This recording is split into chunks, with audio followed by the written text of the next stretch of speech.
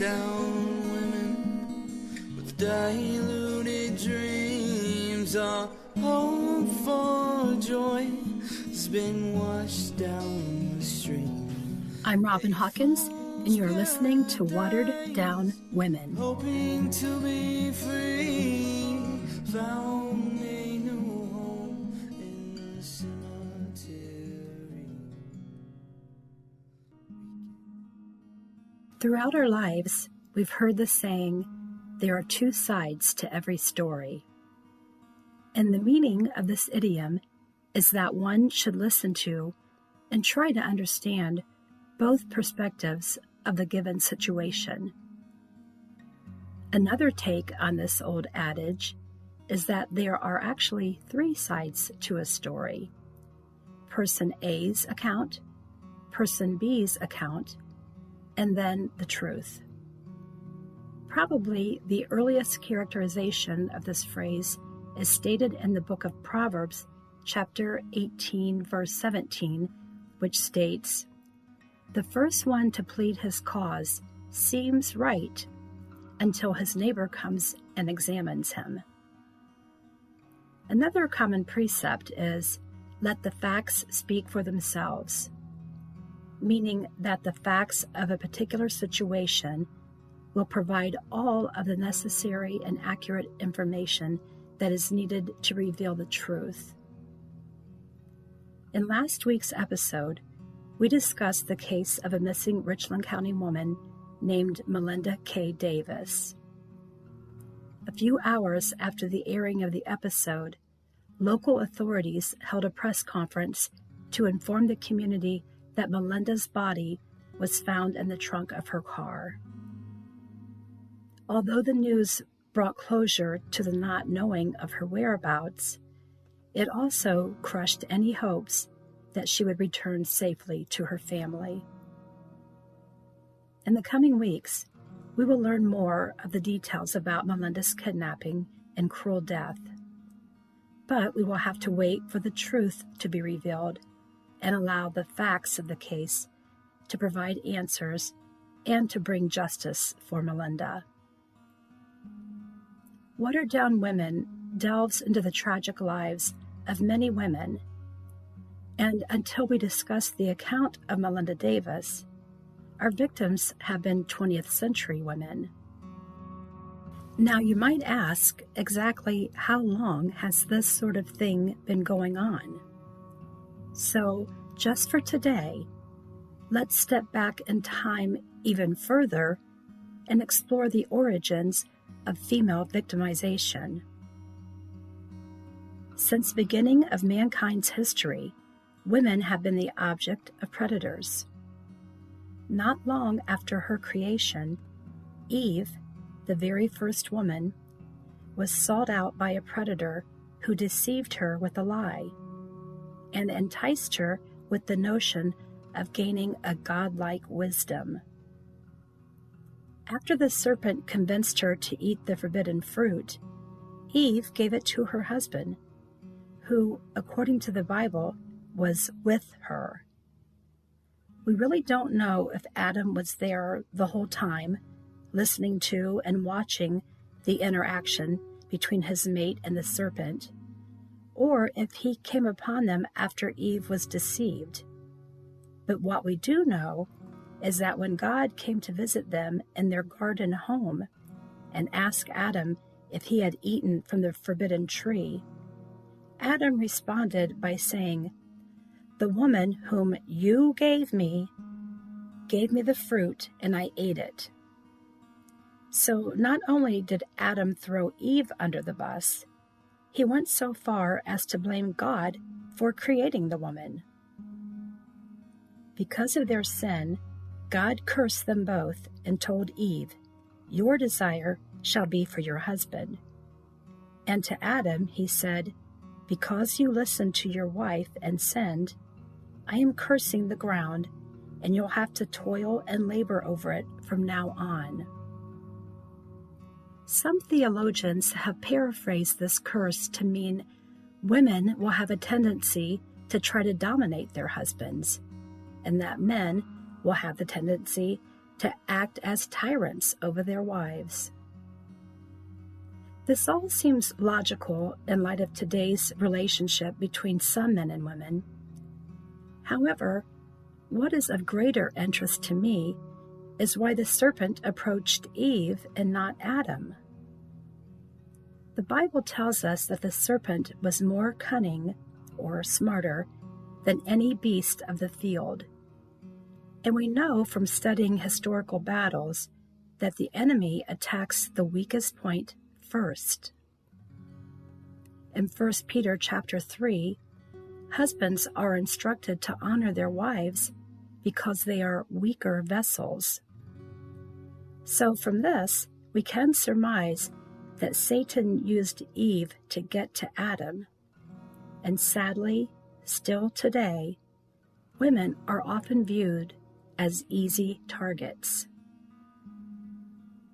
Before returning to the 21st century, let's consider one other historical woman and see how she was treated by the society of her day. Some of you may know her story, but others might not be familiar with her account. So let's take a look. It was early in the morning, and class was being held inside the temple. While the teacher was giving instruction, a group of scribes, who were knowledgeable of the law and could draw up legal documents, and Pharisees, a Jewish sect that strictly upheld religious laws and believed themselves to be spiritually and morally superior to others, they entered the room and brought with them a woman who had been caught in the very act of adultery. So they threw her into the middle of the crowd and asked the teacher what they should do with her. And these scribes and Pharisees reminded the teacher that Moses, in the law, commanded that she should be stoned to death. But they wanted to trick this scholar into giving them the wrong answer. So the teacher, whose name was Jesus, stooped down and began drawing in the sand, and eventually said, "He who is without sin among you, let him throw the first stone." Then the men, from oldest to youngest, went out one by one. When only the woman and Jesus remained, he asked her, "Woman, where are your accusers? Who's left here to condemn you?" She answered and said, "No one." And then Jesus said, "Neither do I. Go and sin no more." What's most interesting about this sinful scenario is that a significant piece of the puzzle was missing. What was missing? Or, more accurately, who was missing? The woman's co-conspirator. He just might have been one of the very scribes or Pharisees pointing a finger and hurling accusations at the disgraced woman. His true identity will never be known, and all we do know is that he received protection from the other men. But the woman received forgiveness from the only man who mattered. In her book Elijah, which chronicles the life and ministry of the prophet Elijah, author Priscilla Shirer describes the condition of women in biblical times by stating, "The weakest, most vulnerable people on the socioeconomic ladder during Elijah's days were women." And she adds, "But the marginalization that every woman experienced, solely because of her gender, was heightened even further if the woman happened to be unmarried, and even worse if she were widowed." In biblical times, women worked primarily in the home and could not survive without a man, her husband, father, or son, to take care of her. So here we are today, over 2,000 years later, and to borrow a phrase from a previous episode, we've learned that the more things change, the more they stay the same. I'm not suggesting that a woman not be provided for or protected by the men in her life. But I am saying that a woman should also be well equipped to provide for and to protect herself. Yes, many women in the Bible were victims, but many were also victors. I mentioned women who were deceived and exploited, but let's not forget those who were significant conquerors. Mary was a teenager who was charged with the honor and responsibility of birthing the King of Kings. Deborah, during the season of Judges, was the only female to serve as judge during Israel's most tumultuous times. And Esther, she risked her life to save her people. What can we learn from a persecuted woman who lived thousands of years ago? Today, women continue to show great valor and bravery. But because times have changed, the picture of modern-day female courage looks quite different. According to Liat Baer, a writer for Successful Women of Israel, we can take away many valuable lessons from Esther's actions. The first lesson is initiative. Baer says, an idea with no plan is meaningless, and a plan without the ability to take initiative is meaningless. Next is faith. She states that in order to believe that the impossible is possible, one must take a leap of faith. The third takeaway is courage, and Baer describes courage as the ability to accept the future through actions you take today. She adds that courage, like a muscle, is something we can build through use. And in fact, she's saying the more we practice it, the more we'll be able to practice it. Her fourth point is the importance of having a mentor to provide assistance and give advice. Lastly, we learn from Esther the need to allow our values to drive our actions.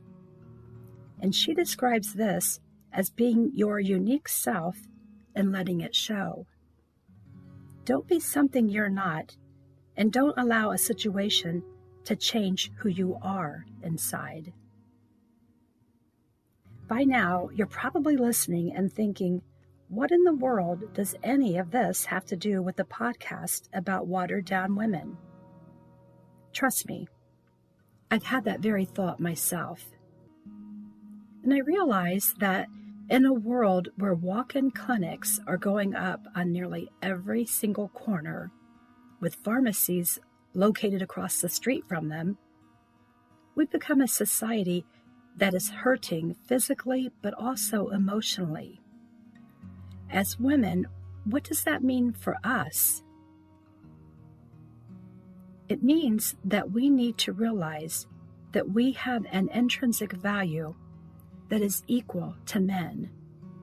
And my belief is that we can and should implement that very principle today in our own lives in order to reach our fullest physical and mental potential. How will that look? How will we accomplish it? I'll share more details about that as this season progresses. But I will need input and feedback from you, because my guess is that you've had similar thoughts. In the meantime, I'll continue to introduce you to the tragic lives of local women who've been taken from us much too soon. And next week, we'll delve into the case of a woman whose life trajectory was fatally altered by a simple trip to the laundromat.